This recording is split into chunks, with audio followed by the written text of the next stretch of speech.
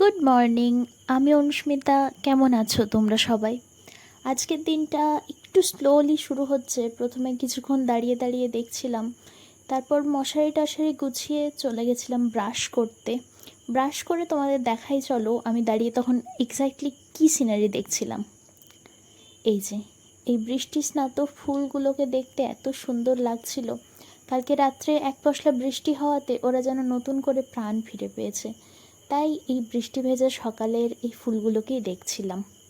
তারপর নিজে চুল টুল বেঁধে ফ্রেশ হয়ে নিচ্ছিলাম, পড়তে বসতে হবে এরপর। কিন্তু তার আগে একটা ছোট্ট কাজ আছে। আমার চশমাটা কিছুদিন ধরে বেশ নোংরা লাগছিল, তাই ওটা ভাবলাম একটু পরিষ্কার করে নিই। এনবিএসের এই গ্লাস ক্লিনারটা দিয়ে আমি চশমা পরিষ্কার করি, আমার তো বেশ ভালোই লাগে। তোমরা কেউ চাইলে ইউজ করতে পারো। চশমায় যে ছোটো ছোটো দাগগুলো হয় ওগুলো সব সুন্দর পরিষ্কার হয়ে যায়, কিছু বোঝা যায় না। আমি তো এটা ইউজ করি। এরপর এখানে আমি পড়তে বসে গেছি কেমিস্ট্রি নিয়ে।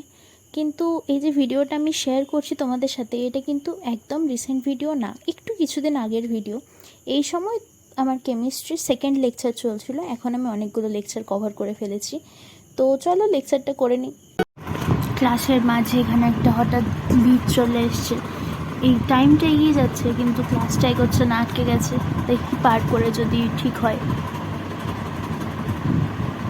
অনেকক্ষণ ধরে গ্লিচটা চলছে, মানে 45 মিনিটস থেকে চলছে 53 মিনিটস অবধি, এখনও সারছেই না। ঠিক আছে।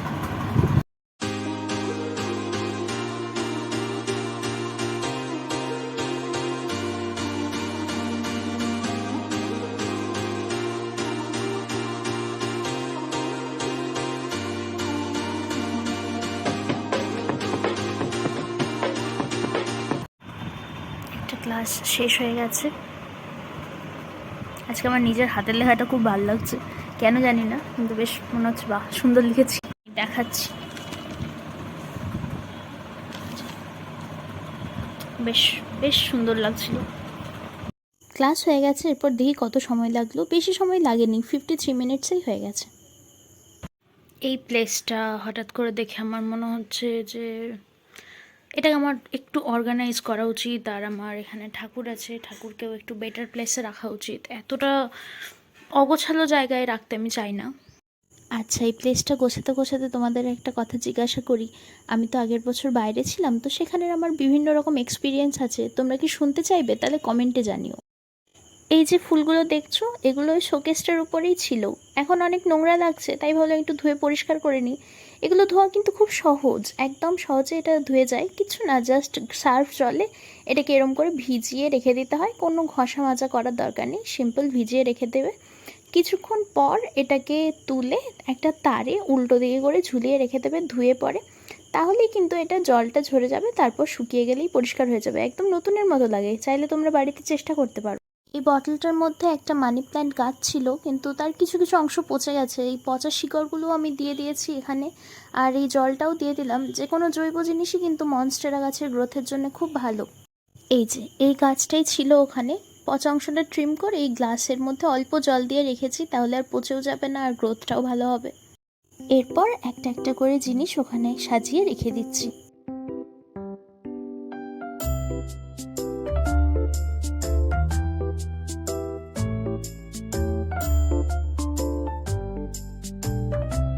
এদিকে ফুলগুলোও শুকিয়ে গেছে প্রায়। আর যে ভাসটাই ছিল, ভাসটাও আমি এখানে ধুয়ে শুকাতে দিয়েছি। একটু একটু খুলে গেছে, ওগুলো আবার আঠা দিয়ে চিটিয়ে নিতে হবে।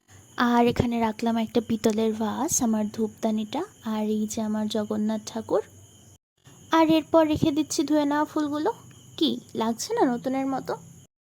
একটা সিঙ্গেল সূর্যমুখী আর হলুদ গোলাপ ছিল, ওগুলো রেখে দিলাম সাজিয়ে গুছিয়ে। একসাথে থাকলে বেশ ভালোই লাগছে আমার। এরপর আমি চলে গেছিলাম স্নান করতে, অ্যান্ড দেখা হচ্ছে স্নানের পর। স্নান সেরে এসেই আমার প্রথম কাজ হচ্ছে ঠাকুরকে একটু ধূপ দেওয়া, প্রণাম করা। এগুলো আর কি বলবো, এগুলো আমি করে নিই, তারপর আবার বলছি।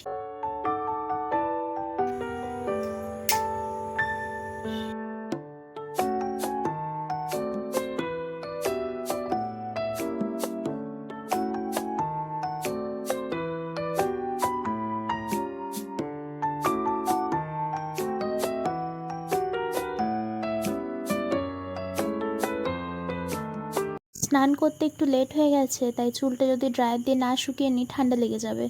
তাই এখানে চুলটাকে ব্লো ড্রাই করে নিচ্ছি। And now it's again study time. এখন ওই ডিপিপিটা সলভ করব, যেটার আমি তখন ক্লাস করেছিলাম।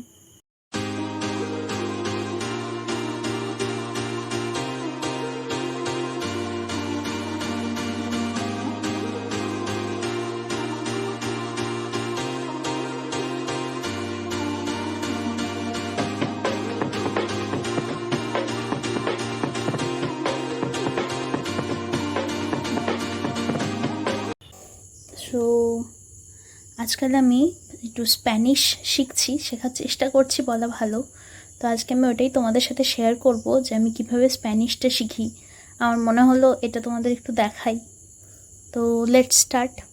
না, একটা প্রশ্ন দিয়েছে, সেটা হচ্ছে আমাকে ফিল ইন দ্য ব্ল্যাঙ্কস করতে হবে। Soy María.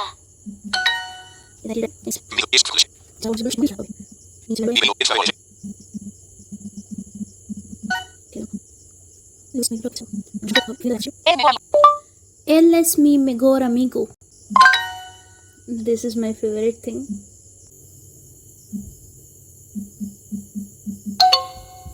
Yo soy Luis.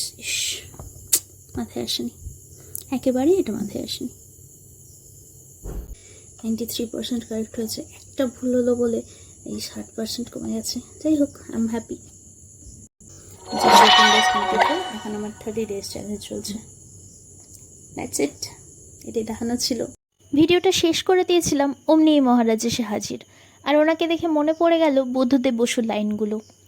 এ কি জোনাকি, তুই কখন এলি বলতো? একলা এই বাদলায় কেন কলকাতায় এলি তুই? এই সারা রাত জ্বলা চিরদীপমালা দেওয়ালি আলোয় তোর সঙ্গী সব পাড়াগার পথে সারা রাত ঘন অন্ধকারে জ্বলছে।